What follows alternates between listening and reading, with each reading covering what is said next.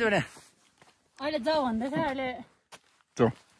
छोटो उता म आइहाल्छु नि जानु न छिटो आइज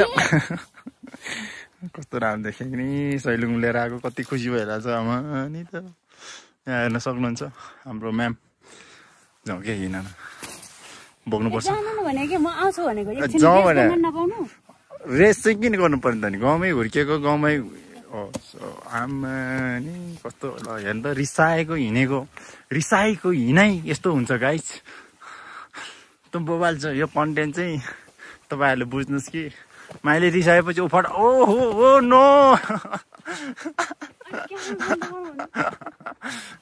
नि चस्मा साइडमा भिरेर होइन एकदम ब्रान्डेड ब्याग सब पछाडि होइन नाइकीको जुत्ता वाउ ओ हेलो मन नगर्ने यार के गर्ने यार यहाँ हेर्नुहोस् सैलुङ यात्रा वाउ के गर्दैछौ तिमी खुसी त छैन कि के हो नगर्ने किन के गर्छ वाइ वाट ह्यापन यहाँ हेर्नुहोस् के जानेछ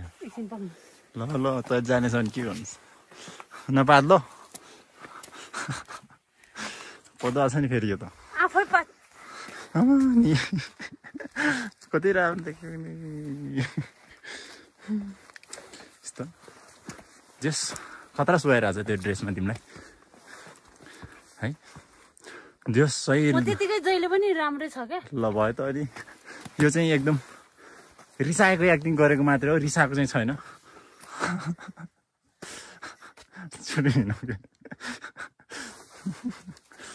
यहाँ हेर्नु स्टाइल वाउ सिक्नुहोस् तपाईँहरू पनि यसरी हिँड्नुपर्छ मेरो बन्द गर्नु नि त्यो क्यामेराले गर्दा हो होइन र हाइट यसरी हिँड्नुपर्छ हाम्रो माइली जस्तो टक टक टक है हेर्नुहोस् है फ्याट हाइट